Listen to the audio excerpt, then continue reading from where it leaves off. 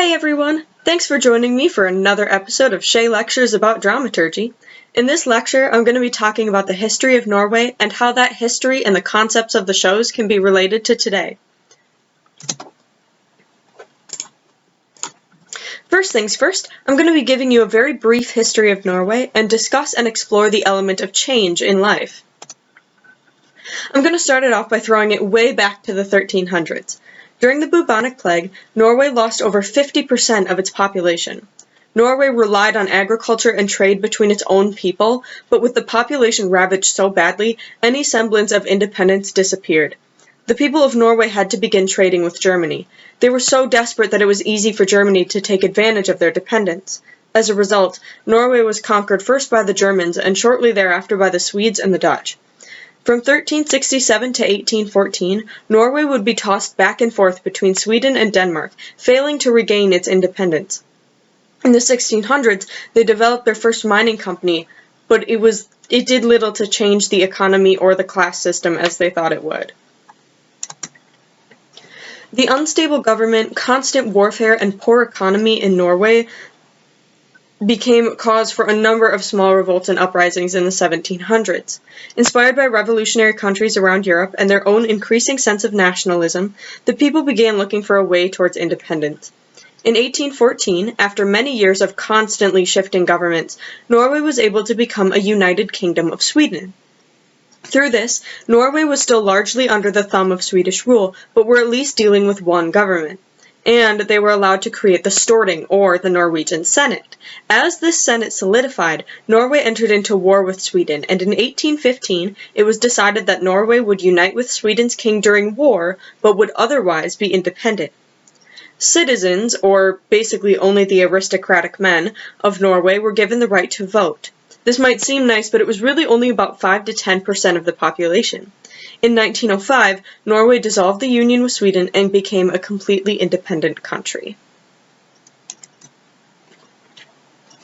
As Norway started to claim its independence, industry boomed. Mining, mercantile services, trade, shipping, and industrial-level fishing and farming were increasing rapidly, and with them, a need for banks, merchants, shipowners, shipwrights, and all manner of new positions. In 1816, the Norges Bank was founded, and for the first time in almost 500 years, Norway had its own currency. Something to note here is that Torvald would have been in a very new and very respectable position. As the industrial and economic worlds changed, the social structure, changed with it. The new jobs meant that there was now a class of people between poor farmers and aristocrats. There was now a middle class. Norway's middle class was so well respected that they very quickly gained political power. The people of the middle class were regularly being elected into government or civil service roles. This was such a notable aspect of Norway's political structure that during the 1800s it was actually known as the civil servant state. But that's not all the change that was happening at the time. Drastic changes in economy led to drastic changes in culture. In 1813, the Royal Frederiks University in Christiania opened. This was the first university in Norway and would be the only university for the next century. And yes, by that I do mean 100 years. The university was also the first and only theater company in Norway for quite a while. Universities meant that middle-class work could be even more specialized and diverse, and that the people could start studying things like foreign language, literature, music, and higher-level math. Due to the need for students, professors, and the middle-class workers to be literate, there was a need for a language update. The Norwegian language, or should I say set of languages, was very complicated. Spoken, Norwegian was really a group of hundreds of dialectal variants, and there was no written component. People could generally understand each other in conversation, but in writing, spelling was left up to the author to determine. Without a single unified system, it was really quite impossible for people to read and write. Any legal documents were written in Dutch, but most people couldn't write in Dutch or read it. As you can imagine, there were loads of problems with this. In the 1840s, that changed. The spoken dialects were recorded and unified into a written component based on the languages of the country. Well, the city folk didn't like that very much and thought that the written language should be a mix between the city dialects and the legal Dutch. So, 2 written systems were developed, and they're actually still used today, and the dialectal variants are used in colloquial speech. You might be asking what it matters what the writing system is. Culture and literacy. The average people in Norway could now communicate through writing, they could collect their histories, and develop their own unique literature. Norway could now have literature unique to their shared cultural experiences beyond folk art. Languages do not translate exactly, and Dutch would not have had the words to convey the Norwegian experience. Not to mention, not everybody could read or speak Dutch. So not only were the people being unified in this way, but in 1905, men were given the right to vote, with universal suffrage to follow shortly after in 1913. The average person was now considered a citizen. As you can see, there's been a lot of change, but how does that affect how we read these plays? Change deeply affects people, whether it be large-scale societal change or in our personal lives. A short list of the changes in Norway that we looked at are government structure, education, class structure, the monetary system, which will undergo another change in the 1870s during A Doll's House, and language. Throw this on top of the profound changes that the characters are dealing with in their personal lives, and we're looking at a lot of stuff for people to deal with. What has Anne-Marie seen over the course of her lifetime? She would have been personally experiencing most of the societal changes. Think about how much Torvald and Nora have been through personally on top of trying to work around societal changes. How does their experience affect Emmy? How she grew up, her education, and even her sense of self. She gets to look at the changes of society and her family from the outside. What would that perspective be like? Keep all these things in the back of your mind as you read A Doll's House Part 2. So the big question is, how does this help me relate to anything today? For starters, let's look at feminism across the centuries. Please note that I chose a few points of feminism as they relate to the shows, and that this is not even close to a comprehensive list of the issues of feminism either then or now. Also, the colors are to show topics that are similar in nature or stem from the same basic human right. In the 1800s, some of the main points of feminism were voting rights for women, the right for women to make and own money, the right for women to seek divorce, and the right for women to have autonomy and governments over their own selves. For example, in marriage as a man's property, a woman could be thrown into an asylum at his word with no explanation. In feminism today, there are a lot of similarities. Fighting for equal pay for equal work. Please note that by work, it is meant effort, not product or outcome.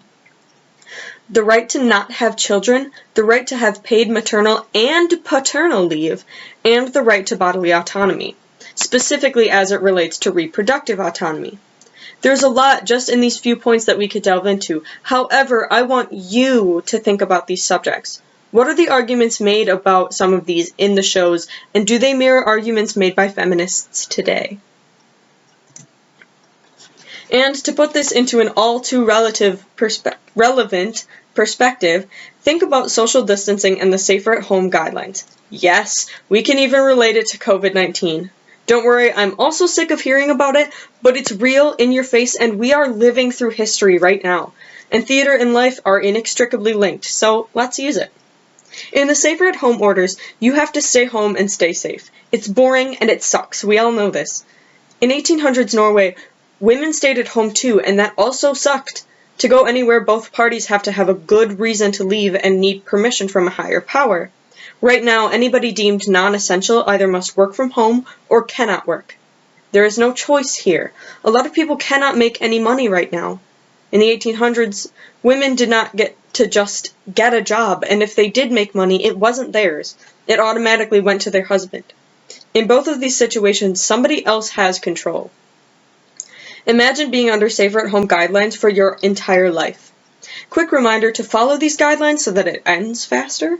But if you aren't following it because of a pandemic, but just because of the way it is, that's awful.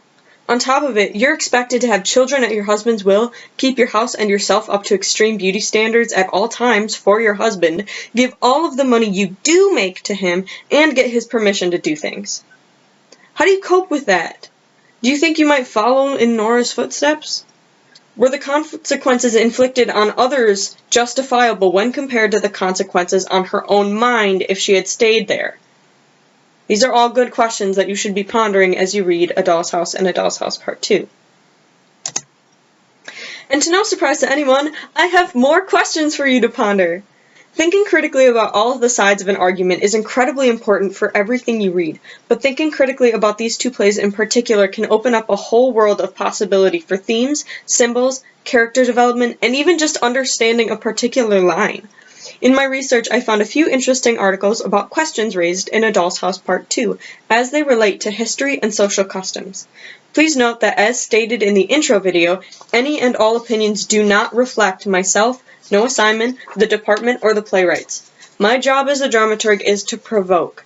Anything I ask or say that isn't a straight-up fact is meant to get the gears in your head turning and maybe even get your blood boiling. Playing devil's advocate keeps the production team, cast, and audience on their toes, exploring all the options, and creating and destroying biases and perceptions. I'm here to make you think, question, create, and explore. So, Nora questions whether or not marriage is a feminist choice. In an article by Elizabeth Bell, she argues that the marriage ceremony and porn are actually the same. Well, at least in their function. Bell states that both marriage and porn uphold society's insistence on heteronormativity and put a lot of importance on a woman's purity, or, more bluntly, her virginity. White gowns and weddings symbolize a woman's purity, and in porn, having sex with a virgin is a huge win for a man. Bell also argues that both marriage ceremonies and porn also display that men hold power in the relationship and exist to soothe the ego of a patriarchal society. Giving away the bride and porn in which men are in charge dominate society. So, do you find any value or validity in her argument? In a deep and emotional scene between Nora and Anne-Marie, the feminism of nannying is explored. In an article by Michelle Lowe and Nikki Gregson, they ask a few rhetorical questions that I loved about modern feminism and nannying. They are, is it feminist to take care of a child who isn't your own at the potential expense of your own child? Is it feminist to let another woman take care of your child? And are the women in both roles feeding into a new servant class by participating in a hierarchy of domestic work? I recommend thinking about these in conjunction with that scene of the play. Which of them, meaning Nora or Anne-Marie, is right? Are either of them right? So that's what I've got for you for history. Thank you for watching and letting me cram more goodies into your brain, and as always, happy reading, folks!